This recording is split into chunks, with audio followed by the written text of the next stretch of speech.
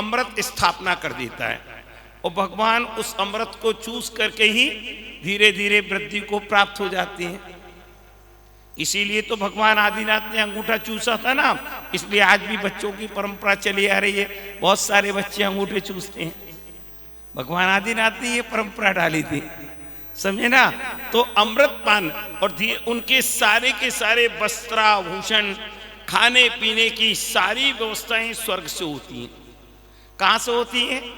स्वर्ग से होती हैं सारी व्यवस्थाएं। भगवान के साथ यहाँ तक कि खेलने के लिए भी बालक भी देव बन करके आती हैं। बालक कौन बनता है? क्योंकि देवों का जो शरीर होता है ना, वैकृत शरीर होता है। वैकृत शरीर होने से वो जैसे जैसे भगवान की आयु, जैसे जैसे भगवान बड़े होते हैं ना, वैसे वैसे अपना रूप बना लेते हैं वो, और उनके साथ बाल क्रीड़ा करते, मनोरंजन करती हैं हर व्यवस्थाएं। और जब भगवान आदिनाथ को बैराग हुआ, क्या हुआ? नीलांजना का नृत्य देखते हुए जब नीलांजना की मृत्यु हुई तो उस रंग में भंग ना पड़ जाए। भगवान आदिनाथ के दरबार में मृत्यु हुई थी। किसकी मृत्यु हुई थी? साक्षात नीलांजना, उस समय की स्वर्ग की सबसे बड़ी नृत्यांगना, सर्वांग सुंदरी, सारी नृत्य कला में निपुण, पर उस रंग में भंग ना पड़ जाए इसलिए सौधर्मिंद्र ने चालाकी से क्या किया? विक्रिया से दूसरी नीलांजना तैयार कर दी और नृत्य बराबर चल रहा था। कोई भी सभा के सदस्यों को पता नहीं लगा, किसी को भी पता नहीं लगा, वो नृत्य चल रहा था मृत्यु होने के बाद भी। क्योंकि मनुष्य का शरीर तो क्या है? ये कौन सा पौद्गलिक शरीर है? तो ये झोंका तो रहता है। देवों का जो शरीर होता है ना, वो कपूर की भांति उड़ जाता है। जैसे आप कपूर को एक दिन खुला छोड़ दो, शाम को देखोगे डिब्बा खाली मिल जाएगा, कहां गया? कपूर की भांति उनका शरीर उड़ जाता है। तो रंग में भंग नहीं पड़ा, ज्यों का त्यों उत्सव चलता रहा। क्योंकि भगवान का जन्म का उत्सव मनाया जाता। उस दिन जन्म तिथि थी भगवान की, जिस दिन क्या भगवान को बैराग हुआ है ना, उस दिन भगवान की जन्म की तिथि थी, समझे। तो वो नृत्य बराबर चलता रहा, पर भगवान जन्म से ही 3 ज्ञान के धारी थे। कितने ज्ञान के धारी थे? कौन कौन से? मति ज्ञान, श्रुति ज्ञान और अवधि ज्ञान। तत्क्षण भगवान ने अवधि ज्ञान से जान लिया, ओहो, जो नेत्रांगना नृत्य कर रही थी वो नहीं है। आयु रूपी दीपक बुझते ही और वह भी समाप्त हो गई। सौधर्मिंद्र ने बहुत चालाकी की, पर करा भी इसीलिए था सौधर्मिंद्र ने कि भगवान मोह निद्रा में सोते रहेंगे तो ये कितने समय बाद तो अब इस पृथ्वी पर धर्म का प्रचार होना था। तत्क्षण भगवान समझ गए और उसी क्षण संसार, शरीर, भोगों से निवृत्त होकर के देवों के द्वारा लाई हुई पालकी में, सुदर्शना नाम की पालकी स्वर्ग से लाई गई थी। और उस समय लौकांतिक देव भी आए थे बैराग की अनुमोदना के लिए। लौकांतिक देव वो कहलाते हैं जिनका लोक का अंत होने वाला है, अर्थात जो अगले भव में नियम से मनुष्य पर्याय को धारण करेंगे और उसी भव में दीक्षा लेंगे। दीक्षा लेकर के घोर तपस्या करेंगे और घोर तपस्या करके उसी भव से कर्मों को नाश करके सिद्धत्व को प्राप्त करेंगे। उन्हें कहते हैं लौकांतिक देव। हाँ, एक भवावतारी, मतलब जो भव लेंगे ना वो एक भव हो गया, वहां से देव पर्याय से छूट के मनुष्य पर्याय में आएंगे, उसी भव में मोक्ष चले जाएंगे, तो एक भवावतारी कहलाती। हाँ, एक नहीं दो करो।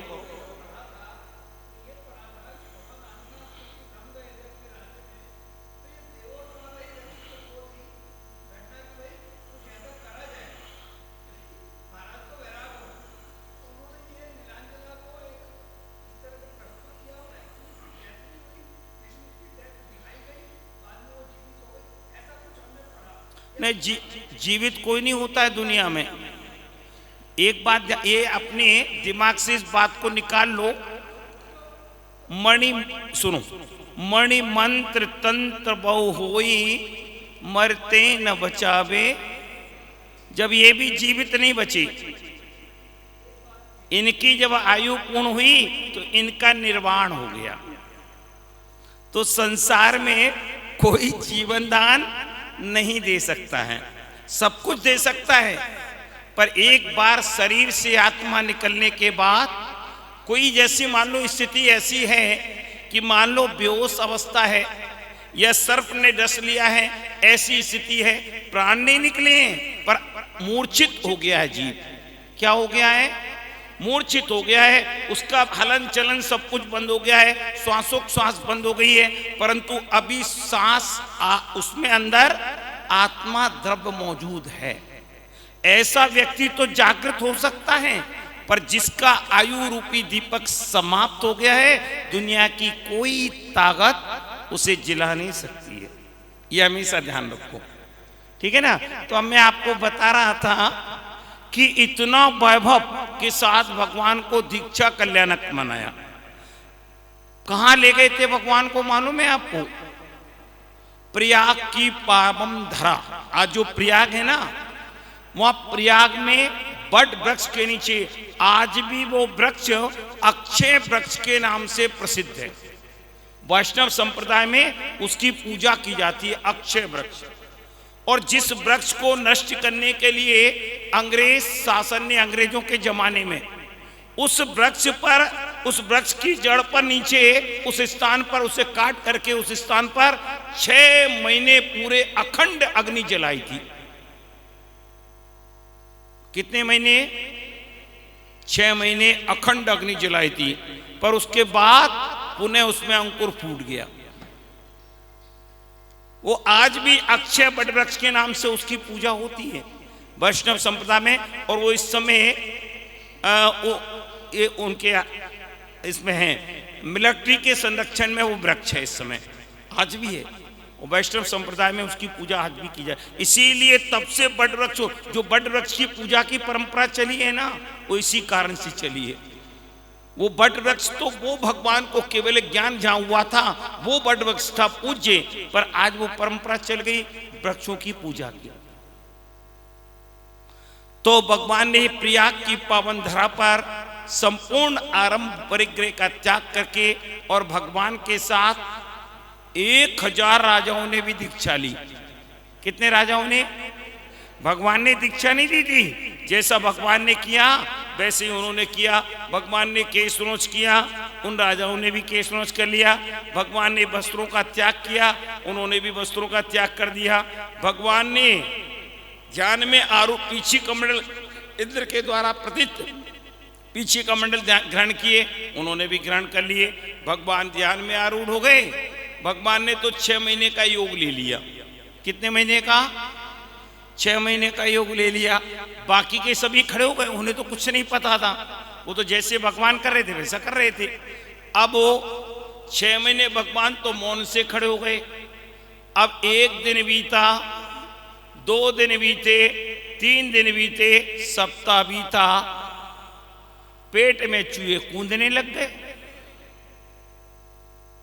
बाकी जितने राजा महाराजाओं ने दीक्षा ली थी 1000, क्योंकि भूखे पेट भजन होए ना गोपाला, और पीछे कमंडल पटके भगवान, उन्होंने देखा भगवान कुछ बोले, भगवान कुछ चले, कुछ कहें, पर जब भगवान कुछ बोले नहीं तो अपनी अपनी पीछे कमंडल उठाए और भगवान के चरणों में डाले और वहां से विदा हो गए।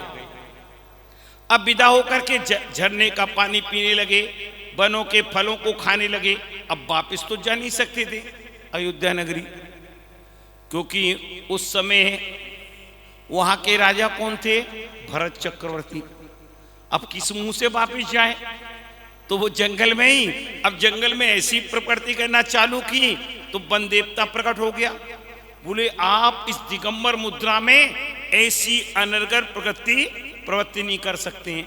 तो उन्होंने नाना प्रकार के भभूत लगा दी, किसी ने वृक्षाला पान ली, किसी ने कुछ कर लिया। अब भगवान का 6 महीने बाद ध्यान विसर्जित हुआ तो भगवान ने अपने चारों तरफ नजर दौड़ाई, बोले मेरे साथ 1000 राजाओं ने दीक्षा ली थी, सारे के सारे नदारथ, एक भी नहीं। भगवान ने अवधि ज्ञान से जान लिया, बोले भूखे पेट भजन न होए गोपाला, ले लो अपनी कंठी माला। और भगवान ने फिर आहार के लिए निकली। अब उस समय आहार की व्यवस्था कोई जानता नहीं था। भगवान पूरे 6 महीने तक भूखे भटकते रहे। आपके अशोक विहार में भी आए थे, पर यहाँ के लोगों को पता ही नहीं था भगवान किस लिए। भगवान के सामने भोजन तो ला रहे थे, बढ़िया बढ़िया पकवान ला रहे थे, वस्त्र ला रहे थे, आभूषण। भगवान को उनकी आवश्यकता नहीं थी। भगवान तो एक विधि चाहते थे। उस समय विधि से अनभिज्ञ थे। पहले वो बने थे, साधु बने थे, भगवान प्रथम साधु बने थे। तब कई कई भक्त तो ऐसे थे जो अपनी युवा कन्याओं को लाकर के प्रभु के चरणों में समर्पित करते थे। बोले भगवान इन कन्याओं को स्वीकार करो, पर भगवान तो मुस्कुरा करके आगे बढ़ जाते थे। अब यहीं से तो हस्तिनापुर पहुंचे थे। अब वो 6 महीने तक भूखे भटक रहे थे। अब आप कल्पना कीजिए, जरा विचार कीजिए, दिमाग को दौड़ाइए। जो 6 महीने तक भूखे भटकते रहे, वो सारे के सारे देव कहां सो गए थे? क्यों साहब प्रधान जी, वो सारे देव कहां सो गए थे? जो हर क्षण एक क्षण किंकर की तरह जिनके चरणों में रहते थे, बस बाल रूप में बच्चे बन करके रह रहे थे। हाँ समझे ना, एक कर्मों की बड़ी विचित्र स्थिति है। और जैसे ही हस्तिनापुर में आहार हुआ, दौड़े दौड़े चले आए, पंचाक्षरी वृष्टि करने लगे। 6 महीने तक भगवान भूखे भटक रहे थे तो कोई भी नहीं फटके। सोचो, ये अंतराय कर्म का उदय। जब तीर्थंकर जैसे महापुरुषों के लिए भी कर्मों ने नहीं छोड़ा, तो हमारी तुम्हारी क्या औकात है? सोचो जरा, विचार करो। कर्मों की बड़ी विचित्र स्थिति है। तो ये जीवन मरण पर किसी का कोई, आज हम जीवन पर तो करने लगे, जन्म पर तो हमने थोड़ा सा कर लिया है कि अपने अनुसार अपन ऑपरेशन कराने लग गए, पर मृत्यु पर किसी का भी बस नहीं चल सकता है।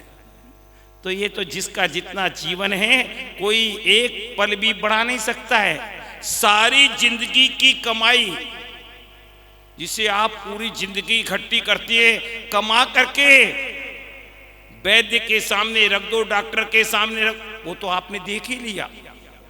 जिससे समय कोरोना था ना, उस समय लोग अटैची भर करके नोटों को लेकर चल रहे थे, पर कोई जीवन एक क्षण भी नहीं बता सकता है। कल्पना कीजिए, तो मृत्यु पर किसी का कोई भरोसा नहीं है। समझे ना, कल की बात तो बहुत दूर रही, पल का ठिकाना नहीं। कोई सोच भी नहीं सकता था कि जो व्यक्ति इतनी भक्ति करा रहा है, स्वयं भक्ति में झूम रहा है, कल की बात और रात में पता लगा। देखो, सोचो जरा। तो ये आयु कर्म हो, ये कर्म किसी को छोड़ते नहीं है। और जिसका आयु कर्म पूर्ण हो जाता है, दुनिया की कोई ताकत, ना कोई मंत्र, ना कोई तंत्र, ना कोई डॉक्टर, ना कोई मास्टर, कुछ नहीं बता सकते। केवल मृत्यु पर आज तक रिसर्च चल रही है। अभी इस पर वैज्ञानिक रिसर्च कर रहे हैं कि आखिर है क्या, इसमें से निकलता क्या है, शरीर से कौन सी गर्मी निकल जाती है, क्या निकलता है, पर उसे आज तक कोई पकड़ नहीं पाया है। एक डॉक्टर ने उन्होंने वैज्ञानिकों ने इस पर रिसर्च किया। जो मरणासन व्यक्ति था, उसे कांच की पेटी में बंद किया गया। कौन सी पेटी में बंद किया गया? कांच की पेटी में बंद करके बिल्कुल पैक कर दिया गया। कुछ क्षण बाद देखा, हल्का सा वो चटका था, केवल कांच, और उसके बाद पता नहीं लगा कि क्या गया इसमें से, कुछ पता नहीं लगा, क्योंकि आत्मा अरूपी है। आत्मा में न रूप है, न रस है, न गंध है, न वर्ण है। ये सब पुद्गल, जो कुछ भी हम देखते हैं ना, आंखों से जो कुछ दिखाई दे रहा है ना, ये सारा का सारा पुद्गल है। आत्मा तो दिखती ही नहीं है, आत्मा आरूपी है। तो इस पर रिसर्च चल रहा है, भी वैज्ञानिक रिसर्च कर रहे हैं कि आखिर है क्या, कैसे इसे रोका जा सकता है, कैसे हम कितना भी पुरुषार्थ करते हैं, लोग कितनी भी दवाइयां खाती हैं इस शरीर को स्वस्थ रखने पर, ये शरीर क्या है अपनी स्थिति के अनुसार धीरे धीरे डाउन होता है, पर स्थिर हो जाता है कब? जब केवल ज्ञान हो जाता है। केवल ज्ञान के बाद शरीर में स्थिति क्षीण नहीं होती है, ना नख बढ़ते हैं, ना केस बढ़ते हैं, ज्यों का त्यों शरीर स्थिर हो जाता है। निर्वाण तो होता, वहां भी तो आयु कर्म पूर्ण होता है। केवल ज्ञान के बाद भी आयु कर्म तो पूर्ण होता है, पर शरीर की स्थिति ज्यों की त्यों स्थिर हो जाती है। उससे पहले ये शरीर अपना काम करता है, क्योंकि शरीर काम ना करता तो ये संसार भर जाता। हाँ? दुनिया में ऐसा कोई घर नहीं है जहां मृत्यु नहीं हुई हो। ये अनादि परंपरा चल रही है। यदि मृत्यु नहीं होगी तो नया शरीर कैसे मिलेगा? ये शरीर जब पुराना हो जाता है, हम वस्त्र बदलते हैं ना, हाँ, हम वस्त्र बदलते हैं, एक ही वस्त्र कितने दिन पहनोगे आप बताओ? आखिर ऊब जाते हो ना पहनते पहनते, हाँ, ऊब जाते हो, तो ये शरीर भी ऊब जाता है। तो इस शरीर भी, आत्मा भी इस शरीर को छोड़ करके नए शरीर में, मृत्यु नहीं होती है आत्मा की। आत्मा तो अजर है, अमर है, न इसे अग्नि जला सकती है, न पानी गला सकता है, न सूरज इसे तपा सकता है। आत्मा तो अजर है, अमर है। जैसे मान लो आपका सोने का कड़ा है, मान लो 250 ग्राम का आपके पास कड़ा है। अब कड़े को आप पहनते पहनते ऊब गए तो उसका गले का चैन बनवा लिया आपने, समझे ना? तो घड़े पर जो आपका कड़ा था उस पर्याय का विनाश हो गया और उत्पत्ति किसकी हो गई? चैन पर्याय की उत्पत्ति हुई। पर दोनों में सोना जो का तो है, सोने में कोई अंतर नहीं आया। सोना उसमें भी सोना था और इसमें भी सोना है।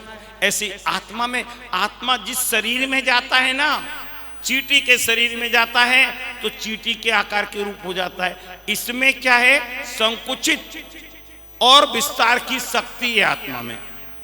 आत्मा के प्रदेश उतने ही रहती हैं, ये नहीं कि चींटी में आकर के कम हो जाते हो। चींटी में भी वही आत्मा है जो हमारे शरीर में आत्मा है। जैसे आप हाइड्रोजन लगी हुई है ना, इस हाइड्रोजन का प्रकाश पूरे में बदर में फैल रहा है, ठीक है ना? और इस हाइड्रोजन को हम एक छोटे से कमरे में लगा दें तो उसका प्रकाश छोटे कमरे में सीमित हो जाएगा, और छोटे में कर दें तो उसमें सीमित हो जाएगा। प्रकाश कम हुआ क्या? प्रकाश तो ज्यों का तो है, पर उसका जो विस्तार था वो संकुचित हो गया। और इसके ऊपर मटकी लगा दें तो मटकी में संकुचित हो गया। ऐसे ही आत्मा, आत्मा कभी मरता नहीं है। ना आत्मा का जन्म होता है, ना आत्मा का मरण होता है। केवल शरीर का जन्म होता है और शरीर का, उसे हम शरीर को छूट जाना मरण कहते हैं। और शरीर की उत्पत्ति में उसमें निमित्त कारण है आत्मा। आत्मा क्या है? आत्मा के परस्परोपग्रह जीवानाम, एक सूत्र आता है, आपने तत्वार्थ सूत्र में पढ़ा है ना, ये आत्मा का और शरीर एक दूसरे का उपकारी है। शरीर के बिना आत्मा नहीं रह सकती है और आत्मा के बिना शरीर नहीं रह सकता है। अब देखो ये चलता फिरता शरीर, इसमें से आत्मा निकलते ही इसमें बदबू आ जाएगी आपकी, हाँ, क्या होगा? गलन सड़न हो जाएगा, चालू हो जाएगा। और जब तक ही इसमें आत्मा का संबंध है तब तक कुछ भी होने वाला नहीं है। तो ये आत्मा और शरीर का संबंध भी अनादिकाल से चला आ रहा है, पर अनंत नहीं है। मैंने कल आपको बताया था, अनादि तो है पर अनंत नहीं है। हम इस शरीर माध्यम खलु धर्म साधनम, आचार्यों ने एक सूत्र दिया है, जल्दी तो नहीं है ना, समझ में आ रहा है आपको विषय? हाँ, शरीर माध्यम खलु धर्म साधनम, ये शरीर क्या है? आत्म साधना के लिए एक माध्यम है। क्या है? एक माध्यम है। हम इस शरीर से आत्मा को परमात्मा बना सकते हैं, इस शरीर से तप करके। तप में सहयोगी एक सूत्र मैंने आपको बताया ना, परस्परोपग्रह जीवानाम, शरीर का उपकार करता है आत्मा, और आत्मा का उपकार, जैसे नौकर और मालिक, मालिक नौकर का उपकार करता है, उसके परिवार का परिपालन कर रहा है उसे पैसा दे करके, और नौकर मालिक का उपकार कर रहा है कि उसकी सेवा करके। ऐसे ही आपस में ये शरीर और आत्मा का संबंध है, ये एक दूसरे के उपकारी हैं। आत्मा शरीर के बिना रह ही नहीं सकती है, आत्मा शरीर के बिना नहीं रह सकती है। शरीर के बिना तब रहेगी जब सिद्धात्मा में पहुंच जाएगी। जब तक संसार में है तब तक शरीर को धारण करना ही पड़ेगा। इस शरीर को छोड़ेगी 3 समय, अधिक से अधिक 3 समय। कितना समय? 3 समय कितना समय होता बताओ? आप कुछ भी नहीं समझ सकते। समय बताया ना, एक आंवली हमने इसे घुमाया है ना, एक आंवली हो गई। एक आंवली में असंख्यात समय हो गए। कितने समय हो गए? अब कुछ लोग कहते हैं ना कि इसकी अकाल मृत्यु हो गई, इसकी ऐसे मृत्यु हो गई, ये भूत बन गया, ये बन गया। ऐसा कुछ नहीं होता है, समझे ना। आत्मा अधिक से अधिक 3 समय तक निराहारी रह सकती है, 2 समय तक। तीसरे समय में जाकर के नियम से आहारी हो जाती, अर्थात उस शरीर को प्राप्त कर लेती है। तीसरे समय में ये एक आंवली में असंख्यात समय हो गए। अपन कल्पना भी नहीं करते, अपन यहाँ हाथ चटोते रहेंगे और वहां दूसरी जगह जाकर के वो शरीर धारण कर लेता है। और स्वर्गों में जाता है ना तो वहां 9 महीने घर में भी नहीं रहना पड़ता है। गिरीश जी, 9 महीने घर में भी नहीं रहना पड़ता है। वहां तो एक अंतर मुहूर्त में, कितने समय में, कितना समय होता है? कितना समय होता है?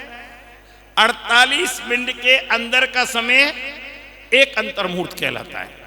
और एक अंतर मुहूर्त में 16 साल के समान। यह मनुष्य पर्याय में तो 9 महीने तो रहने पड़ेंगे गर्भ में, और 16 साल तक जब बढ़ेंगे ना, वहां तो ऐसे ही जाकर के 16 साल के समान सुंदर शरीर बन जाता है। वहां गर्भ में नहीं रहना पड़ता है, वहां उत्पात सैया है। क्या है? जैसे हमारे बिस्तर होते हैं ना, ऐसे उनकी उत्पात सैया है।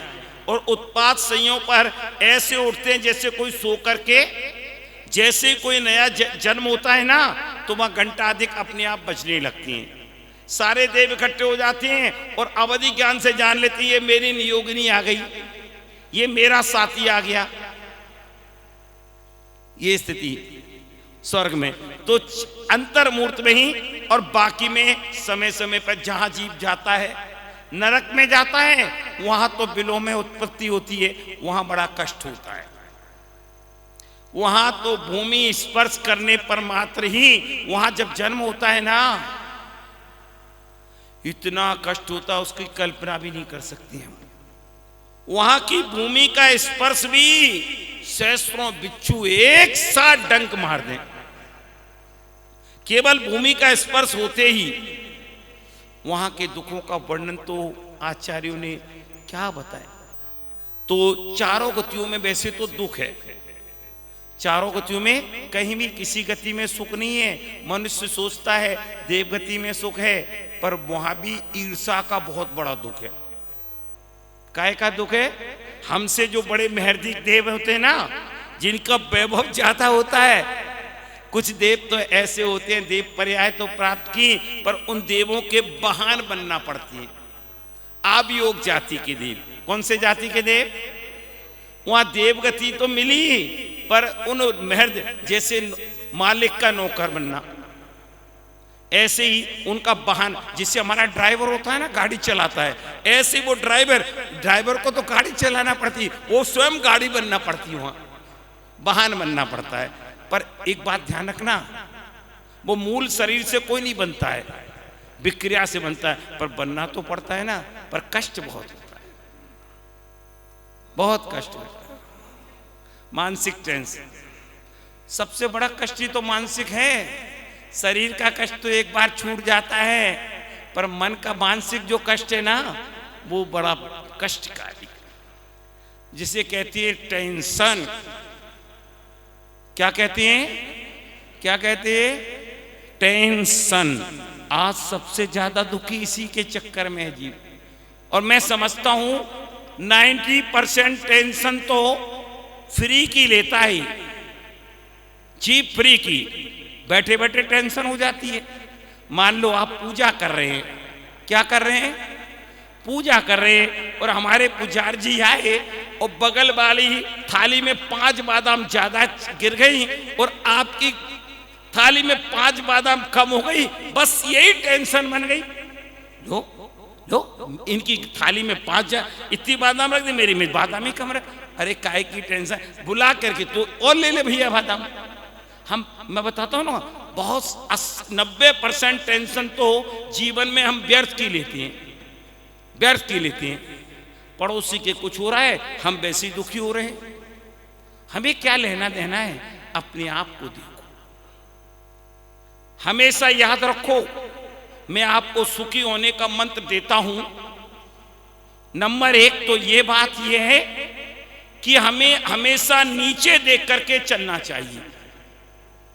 क्या, हमेशा नीचे देख करके चलोगे तो जीवन में हमेशा सुखी रहोगे। और जहां आपने ऊपर देखा, बोले बगल में 1000 खड़ी हो गई, बस यही टेंशन हो गई। काहे की टेंशन, हम अपनी हैसियत देखें ना, अपन से नीचे देख के, अरे भैया मेरे पास तो एक कोठी है, इस बेचारे के बाद देखो झोंपड़ी में रह रहा है, उसे देख करके चलोगे बड़े सुखी रहोगे। समझे ना, अपने आप को देखो। मैं हमेशा कहता हूं अपना लोटा छानो। कौन क्या कर रहा है कोई मतलब नहीं, कोई मतलब नहीं, कौन क्या कर रहा है। अरे अपने 1 लोटा पानी पीना है, अपना लोटा छानो। कुआं छानने के बाद बैठ जाओगे ना तो कुआं जीवन में छन सकता है और आप दुखी होकर के ही इस संसार से विदा हो जाओगे। तो बंधु हो, ये मानव पर्याय मिली है, कुछ ना कुछ अपनी आत्मा का हित कर लो। ये आत्मा के हित के लिए मिली है और हमने कितना मेहनत की। आप छोड़ो, बाहर के दुखों को छोड़ दो, नरक के दुखों को छोड़ दो। टाइम आपका हो रहा है, चला लो आगे। हाँ नहीं, ऐसा है, पूछ करके कि चलाना है। और देखो अभी हमारे कुछ लोग ने रात को व्यवस्था भी बनाई और चलो कोई बात नहीं, कल आगे विषय ये ले लूंगा। तो मैं अंत में यही कहूंगा, देखो अपने सुखी रहना है तो अपनी ओर दृष्टि डालो, स्वयं की ओर देखो, अपने में खोजो कि अपने में कितने अवगुण हैं। दूसरे को अवगुण गिनोगे ना तो हम अब बेकार दुखी होते रहेंगे। हमें अपनी ओर देखो, हम क्या कर रहे हैं, हमें क्या करना है, बस इतना ध्यान रखो। इन्हीं मंगल भावों के साथ बोली द्वादशांग जिनवाणी माता की। अब हम पहले जिनवाणी स्तुति करेंगे और उसके बाद 9 बार खड़े होकर के सब लोग नमोकार मंत्र पढ़ते हुए दिवंगत आत्मा की शांति के लिए हम तो केवल एक निमित्त मात्र हैं, ठीक है ना। श्रद्धा सुमन अपने समर्पित करेंगे। हमारा भाई था और हम सबको भक्ति में निमित्त कारण था। और मैंने तो मेरे साथ वो कई विधानों में रहा, मुझे बहुत अच्छा लगता था। एक तो जैन था, सबसे बड़ी बात, बाकी लोग तो और संगीतकार जितने भी भोपाल के ना वो जैन लिखने लग गए हैं, वो जैन नहीं है। कौन सी संतान है कुछ भी पता नहीं उनका, पर ये शुद्ध जैन था, दिगंबर जैन था। हम पंकज जैन, और बहुत भक्ति से, स्वयं इससे की भक्ति थी। स्वयं धोती, आपने देखा ना 2-3 दिन उसने धोती दुपट्टा पहन के 2 दिन भगवान का अभिषेक भी किया था, समझे ना। ये शुद्ध दिगंबर जैन था और बड़ा अच्छा भक्ति मानता। वो श्रद्धा से पूजा कराता था, केवल पूजा कराता था नहीं, श्रद्धा से। एक श्रद्धा में आनंद अलग आ जाता था। एक स्वयं करना, एक पैसे से व्यक्ति कराता है ना तो उसकी वो भाव नहीं बनती है। आपको कुछ भी मजा दिला दे, कुछ भी कर दे, पर वो भाव उसके ना भाव उसके बनते ना आपको भाव में लगाता है।